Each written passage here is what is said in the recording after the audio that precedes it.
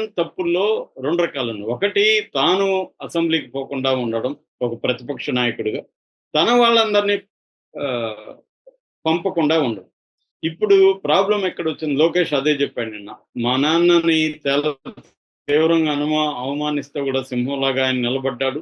కానీ ఆ అవమానాలు తీవ్రత పెరగడం వల్ల ఆయన ప్రజల్లో తేల్చుకుంటానని బయటికెళ్ళిపోయాడు. 2.5 సంవత్సరం బయటే ఉన్నాడు. కానీ తన అసెంబ్లీకి తన మనుషులను మాత్రం అసెంబ్లీకి ఆయన పంపాడు అనేది లోకేష్ చెప్పాడు. కరెక్ట్. చంద్రబాబు అవమానాలకి గురయ్యాడు. కాబట్టి బయటికి రావడంలో చంద్రబాబుకి సపోర్ట్ లభించింది.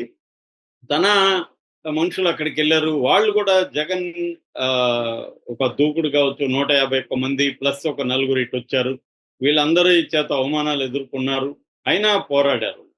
సో, ఈ జగన్ గూడా అదే చేయాలి. కానీ అది చేయకుండా ఎమ్మెల్యేలు ని కూడా ఆపేయడం, కోర్టులో నేను కేసేసాననడం ఇది రాంగు. జగన్ చేస్తున్నది రాంగ్ స్ట్రాటజీ. ఖచ్చితంగా అతనికి ఇదొక దాన్నేమంటారు బూమరాంగ్ అంటాం. అంటే ఒక ఆయుధాన్ని విసిరేస్తే శత్రువు మీదకి అది మనకే వచ్చి తగలడాన్ని బూమరాంగ్ అంటారు. అలాంటి ఒక బూమరాంగ్ స్టెప్ ఇది. ఇప్పుడు ఏం జరిగింది? జగన్‌కి సంబంధించిన ఈ 10 మంది మేము వెళ్తాము అని చెప్తుంటే కూడా జగన్ వాళ్ళ మాట వినట్లేదు. అసలు వాళ్ళతో డిస్కస్ చేయకుండానే నిర్ణయం తీసుకున్నాడు. ఉన్నదే 10 మంది. వాళ్ళతో కలిసి చర్చించాలి. జగన్‌తో ఉండే ప్రాబ్లమ్ ఏందంటే జగన్ ఎమ్మెల్యేలని ఎప్పుడు లెక్క చేయడు. ఎంపీలని లెక్క చేయడు. నేను ఎవరిని పెడితే వాడే నాయకుడు అనుకుంటాడు. అది అన్ని సార్లు కరెక్ట్ కాదు. ఎందుకంటే ప్రజాస్వామ్య ఎన్నికల్లో స్థానిక ఫ్యాక్టర్స్ అనేవి చాలా బలంగా పనిచేస్తాయి. స్థానిక నాయకత్వం లీడర్‌షిప్ అనేది చాలా బలంగా పనిచేస్తుంది. అది జగన్ అర్థం చేసుకోకుండా గెలిచినా, ఓడినా నాదే బాధ్యత అన్న పద్ధతిలో వెళ్ళడం అనేది రాంగ్. ఇప్పుడైనా కనీసం ఓటమి ఉన్నప్పుడు, ఎప్పుడైనా గెలుపు ఉన్నప్పుడు ఒక రకమైన స్ట్రాటజీ ఉంటది. ఓటమి ఉన్నప్పుడు ఇంకొక రకమైన స్ట్రాటజీ అనేది అవసరం. మార్చుకోవాలి నీ పద్ధతులు. అది మార్చుకుంటున్నట్టుగా కనబడట్లేదు జగన్. ఇప్పుడు గూడా కార్యకర్తలతో ఎక్కువసేపు గడపడం, నాయకులతో గడపడం, ఇవేవి చేయకుండా బెంగుళూరు వెళ్ళిపోవడం, అక్కడ కూర్చోవడం.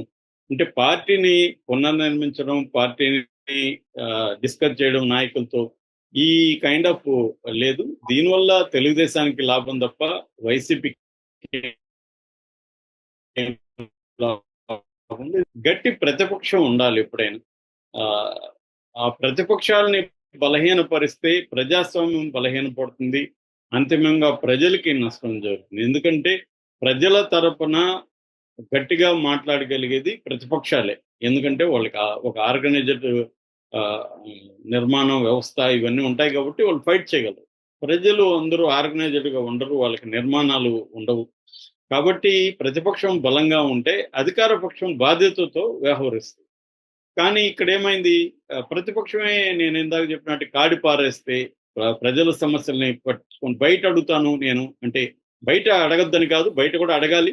కానీ అసెంబ్లీకి పోవడం అనేది ఎమ్మెల్యేగా ఫస్ట్ కర్తవ్యం.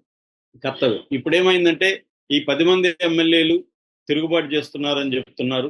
త్వరలోనే మేము మాకు అసెంబ్లీకెళ్ళకపోతే మా నియోజకవర్గాల్లో మేము తిరగలేము. వాళ్ళు అడుగుతారు ఎక్కడికి పోయినా, "ఏందన్నా మీరు మనకి ఇన్ని సమస్యలుండాయి. మీరు అసెంబ్లీకి పోయి 1 మినిటా, 2 మినిట్ అనేది కాదు. మీ ప్రశ్న అక్కడ రికార్డ్ అవుతుంది. మీ వాయిస్ అక్కడ రికార్డ్ అవుతుంది." అని అడుగుతున్నారు. మాకు కూడా మేము అవమానాలు ఎదురైనా మేము వెళ్ళడానికి రెడీగా ఉన్నాం. జగన్‌కి భయమేమో గాని మాకు భయం లేదు. అయినా మమ్మల్ని కూడా వెళ్ళొద్దు అని చెప్పడానికి జగన్ ఎవరు? అని ఒక ధిక్కార స్వరం ఈ 10 మందిలో వచ్చింది. ఆల్రెడీ సజ్జల దగ్గర మాట్లాడుతున్నారని చెప్తున్నారు. ఒకవేళ జగన్ గాని వినకపోతే వీళ్ళందరూ కూడా తిరుగుబాటు చేసే అవకాశం ఉంది. వైసీపీకి రిజైన్ చేసైనా మేము మా నియోజకవర్గాల తరపున పనిచేస్తామని చెప్పే అవకాశం ఉంది. ఆల్రెడీ ఏందంటే స్పీకర్ కూడా రెగ్యులర్‌గా అసెంబ్లీకి రాకపోతే వాళ్ళ మీద చర్య తీసుకునే హక్కు కూడా ఉంది స్పీకర్‌కి. ఆ రకమైన చర్య తీసుకుంటున్నాడు. దమ్ముంటే స్పీకర్‌ని తీసుకో అని జగన్ మాట్లాడుతున్నాడు. ఇదంతా కూడా ప్రజల్లో జగన్‌కి బ్యాడ్ నేమ్ ఉంది. కనీసం ఇప్పటికైనా జగన్ ఆలోచించాలి. అసెంబ్లీ అనేది చాలా ఇంపార్టెంటు. ఆహ్, కాబట్టి ఎమ్మెల్యేనంటేమి member of legislative assembly. So, ఆ మెంబరు అసెంబ్లీకెళ్ళకపోతే ఇంకా ఎమ్మెల్యేగా అతను అనర్హుడే గదా! కాబట్టి జగన్ వెళ్ళాల్సి ఉంది. ఫైట్ చేయాల్సి ఉంది. లేదంటే మాత్రం ఈ 10 మంది కూడా ధిక్కరించితే జగన్ ఒంటరిగా మిగిలిపోతాడు. అతనికి రాజకీయ భవిష్యత్తు కూడా ప్రశ్నార్థకంగా మారే అవకాశం ఉంది. ఎందుకంటే ఎప్పుడైనా కూడా అధికార పక్షం అనేక తప్పులు చేస్తుంది. అధికార పక్షం చేసే తప్పుల్ని నువ్వు అనుకూలంగా మార్చుకోవాలంటే నువ్వు ప్రజల తరపున చురుగ్గా, యాక్టివ్‌గా పనిచేయాలి. సంక్షోభాన్ని అవకాశంగా మార్చుకోవాలి. అంటే క్రైసిస్‌ని ఆపర్చునిటీగా మార్చుకోగలిగిన నాయకుడే గట్టిగా సుదీర్ఘకాలం నిలబడతాడు. ఇప్పుడు రాజకీయ సంక్షోభంలో జగన్ ఉన్నాడు. ఈ సంక్షోభాన్ని తను అనుకూలంగా ఎలా మార్చుకోవాలి అనేది జగన్ ఆలోచించాలి. అది ఆలోచించకుండా పిడివాదంగా ఒంటెత్తు పొగడుతూ